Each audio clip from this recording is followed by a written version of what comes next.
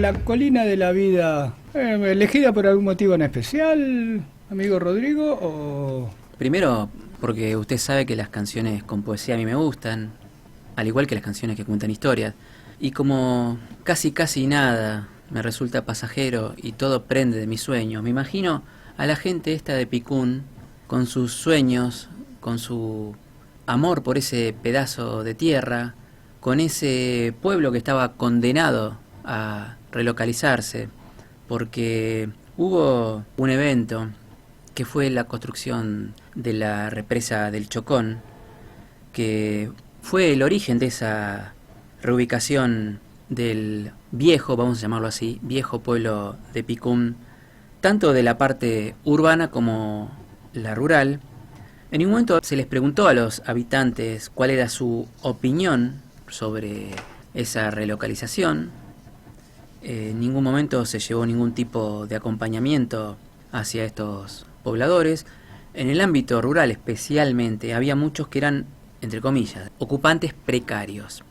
En realidad ocupaban tierras fiscales, o más conocido por la gente del campo, los fiscaleros. Esta gente no contaba con ningún tipo de título de propiedad y por lo tanto ningún tipo de protección legal. Fueron desplazados, por ponerle un nombre, sin ningún tipo de contemplación, sin anestesia, le decimos en el barrio, directamente. Y mucha de esta gente tenía ganado, tenía en algunos casos economía de subsistencia, algunos trabajaban en las estancias vecinas. Los que tenían ganado sufrieron una especie de pérdida de capital porque no podían reubicarse con todo su ganado, que tampoco era mucho. Estamos hablando de crianceros con 150, 200 o 250 ovejas o chivos, cabras. Algunos tenían suerte, tenían un poco más. Pero bueno, los perjuicios que sufrieron todos estos productores a raíz de la construcción de esta represa fueron bastante. Eso en lo económico, y también el tema del desarraigo, el cambio de vida, la injusticia de sentir que era inconsulto para muchos de ellos. Todos entendían de que era beneficioso para el país la construcción de la represa. Eso lo tenían todos claro porque siempre en todas las entrevistas ellos mencionaban ese detalle. Pero decían, beneficioso para el país, pero no para nosotros. Como dice usted, el desamparo, el desarraigo fue lo que caracterizó a toda esa población que, ¿sabe qué? Más allá de que se les construyó un pueblo, ahora vamos a ver si llegamos a hablar un poco de eso, la mayoría, por no decir casi todos, no abandonaron el lugar hasta una vez que el agua de la represa, el agua del embalse, fue liberada y empezó a tapar todos los campos, empezó a inundar todos los campos. Digamos, hasta que les tocó los pies el agua. Exactamente, la mayoría empezó la mudanza con el agua en los tobillos. ¿Por qué? Porque amaban ese pedazo de tierra y habían tomado esa decisión. No es que fue una decisión conjunta. Cuando sucedió, se dieron cuenta que todos habían elegido el mismo destino, estar hasta último momento en ese lugar en el cual habían transcurrido sus sueños, y como diría Don León, y se acoplaban en su espalda. Después empezaron algunos problemas, por ejemplo, los que tenían ganado y lograban de alguna manera reubicarse en algún lugar cercano, empezaron a tener dentro del ganado enfermedades, especialmente en las ovejas, algunas parasitosis. Los pequeños estos ganaderos decían que nunca sus ovejas se habían enfermado y empezaron a enfermarse seguramente con el tema de la inundación, el agua. Hubo un parásito, el sahuaipé, discúlpeme que lo lea, que empezó a afectar a todo el ganado de los pequeños productores. Pero si vamos un poquito al origen de esta relocalización, vemos que ahí en la década del 70, específicamente 1970, se difunde la noticia de la reubicación del pueblo. Un hecho aparentemente no previsto, entre comillas, en las consideraciones del proyecto del Chocón. La notificación que se le dio a la gente de Picún Lifú fue cuando ya las obras de la represa ya estaban bastante avanzadas. Nos olvidamos de decirle que cuando en Sí. determinado momento se van a tener que ir porque acá vamos a hacer un lago. Pero en realidad no fue producto de la improvisación. Estuvo todo planeado porque fue una consecuencia lógica de la modalidad operativa de Hidronor de manejarse todo con estricta confidencialidad, tratando de no hacer que la población tuviera tiempo a reaccionar o alguna respuesta negativa. El pueblo fue reubicado a varios kilómetros del viejo emplazamiento. La fecha, el 12 de diciembre de 1971. Tengo algunas dudas con algunas fechas, por eso voy a tratar de ser medio ambiguo, más allá de que tenemos bastante información. También una de las cosas que tenemos que decir es que este es un tema que toca mucho a la gente de Picún. Seguramente este programa lo van a escuchar y seguramente van a hacer observaciones. Está muy bien, lo que pasa que nosotros vamos a tratar de narrar la generalidad. No se enoje la gente de Picún si no nombramos, si no damos nombres y apellidos de los pobladores de esos tiempos. Hay muchos hechos que se nos van a pasar por alto. El tiempo que tenemos para hacer el programa es corto. Lo digo más que nada porque nos ha pasado en programas donde hemos hablado de otros pueblos que nos han escrito diciendo, pero no nombraron a mi abuelo, no nombraron a mi tío, o algunos detallecitos que en realidad no hacen tal vez a la esencia del hecho, de lo que estamos narrando. Pero sí en la página Más Neuquén, donde se toca este tema en varias notas, y ahí sí aparecen pobladores y sus Nombres, declaraciones, apellidos, sus exactamente. nombres y declaraciones, y invitamos, a quien quiera ver si aparece algún familiar o algún conocido o esa parte de la historia que podemos por ahí pasar por alto por una cuestión de tiempo, ahí estará un poco más clara y concisa y extendida. Usted sabe que ahí, de acuerdo al censo de 1970, Picún Leucú tenía 578 habitantes, de los cuales 133 eran de la zona urbana y 445 de la zona rural. O sea, era una población estrictamente rural. Con una particularidad: casi la mitad de la población, el 50%, eran menores de 15 años. O sea que era una población extremadamente... Prolífera. Sí, iba a decir joven. También hubo dos fenómenos. Primero, una marcada emigración femenina. Muchas mujeres que se iban, que superaba a la media de otros lugares de la zona, por lo menos de la provincia. Y, por el contrario, mucha inmigración masculina, porque habían algunas obras muy importantes en la región. Por supuesto, la construcción de las represas llevó mucha gente para la zona de Picún Leucú. Muchos después terminaron quedándose, pero también había otras obras. YPF, con sus yacimientos. En ese momento, el yacimiento del Sauce no era un yacimiento estrella de YPF, pero tenía una producción bastante elevada. En estos momentos es prácticamente, como se dice en la jerga petrolera, una producción marginal, más que nada un área de recuperación secundaria, pero que en esos momentos tenía bastante producción. Ahí podíamos encontrar en ese Picún, viejo Picún que se estaba mudando, algunas actividades económicas. En realidad eran tres: estaban los empleados públicos, estaban las tareas rurales y estaba la actividad privada de tipo comercial. Cuando hablamos de empleados públicos, tantos nacionales como provinciales.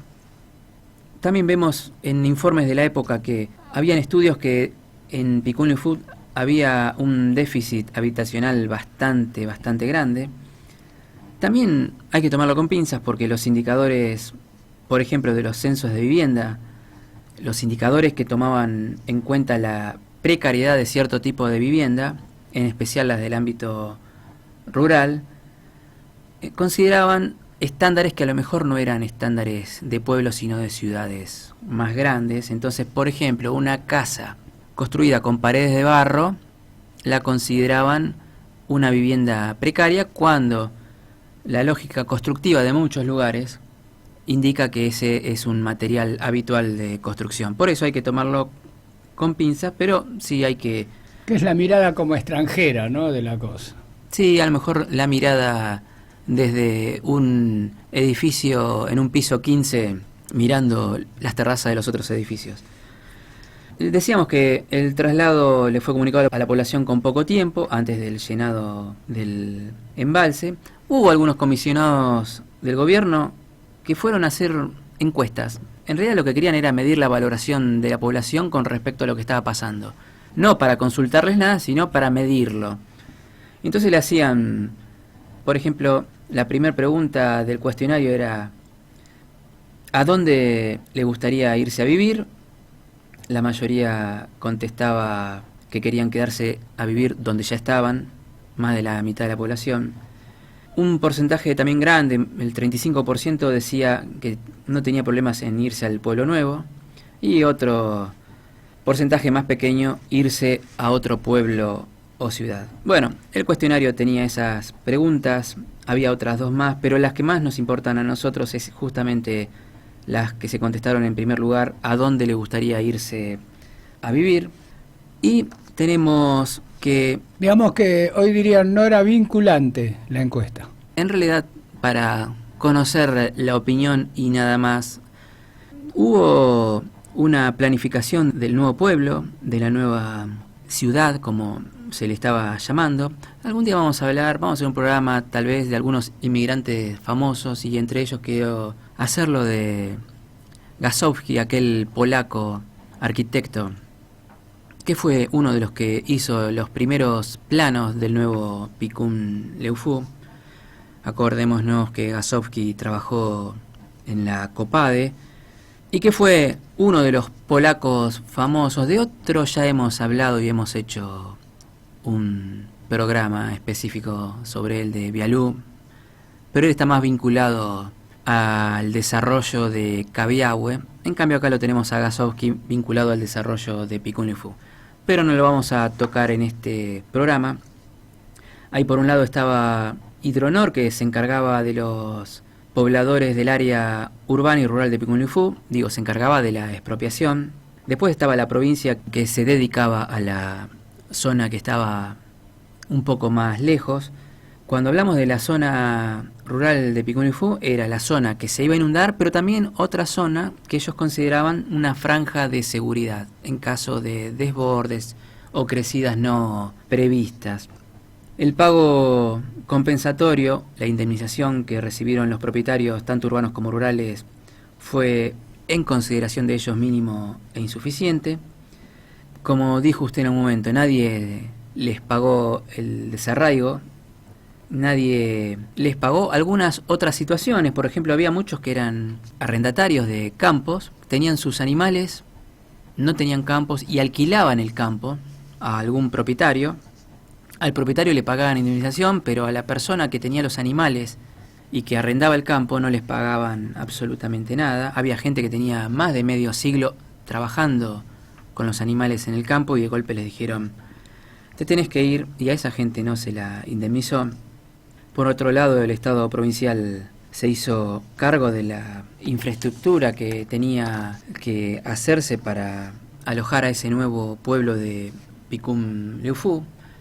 Y tenemos historias de los traslados. Usted sabe que acá sobre la mesa tenemos dos notas, dos artículos, que esto lo quería mencionar especialmente. Debo reconocer que fueron los que me inspiraron. Después buscamos información sobre este reasentamiento, buscamos informes de la COPADE, buscamos trabajos académicos, pero encontramos dos revistas de... Actualidad de la época. Actualidad de la época. Una era la revista Gente y la otra la revista 7 Días. En una de ellas, el cronista es un tal Chiche Helblum, que vino especialmente como reportero. En ese momento tenía 20 y pico de años, no el Chiche Helblum de ahora. Al que le costaría llegar hasta acá.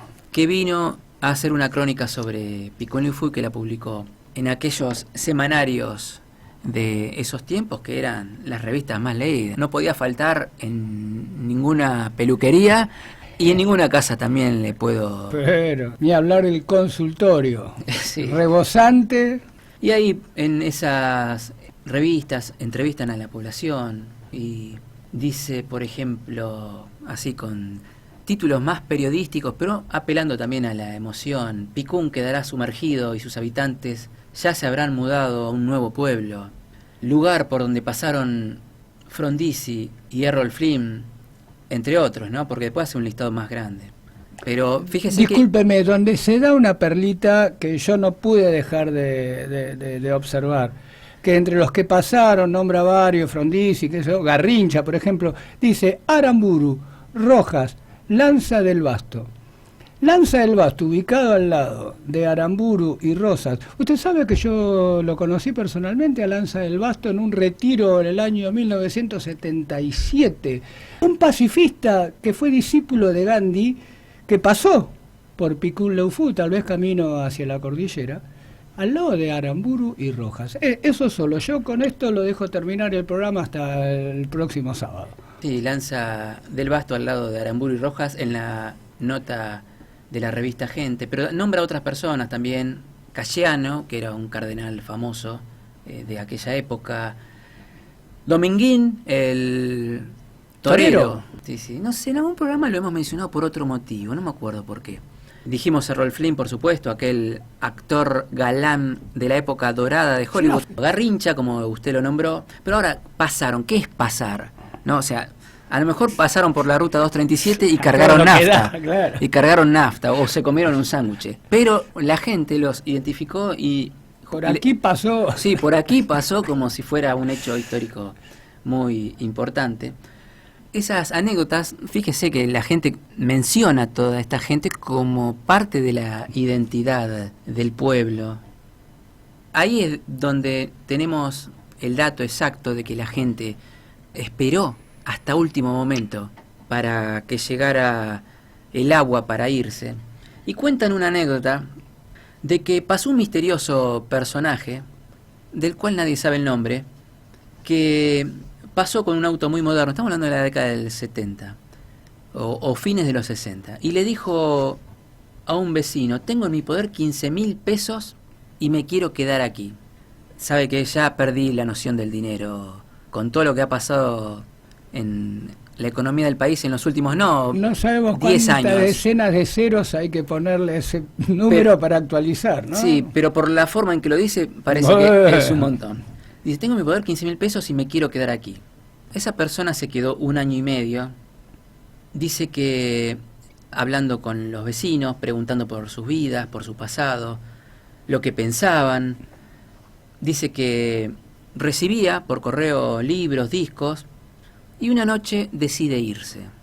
Pero dijo que con todo lo que había escuchado y recopilado iba a escribir un libro sobre Picún Leu Phu, contando toda su historia de acuerdo a todos los testimonios de los pobladores.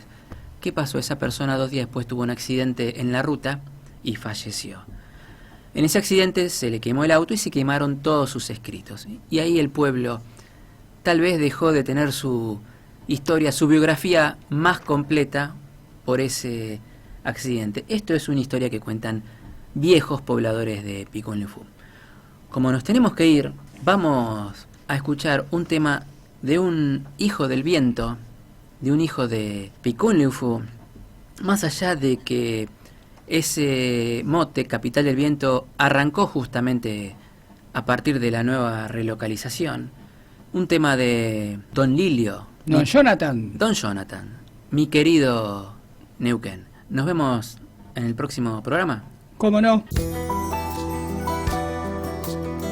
¿Cómo no recordarte, mi querido Neuquén, si tu viento sueño ha quedado en mi piel, tus aguas cristalinas de hielos del Chachí, fecundando semillas del piñón por venir. En tus cumbres nevadas, nubes regándote, bendición de la siembra del mapuche Nehuén. Vallecito querido de frutilla y coiro, cuando escucho tu río, canta mi corazón.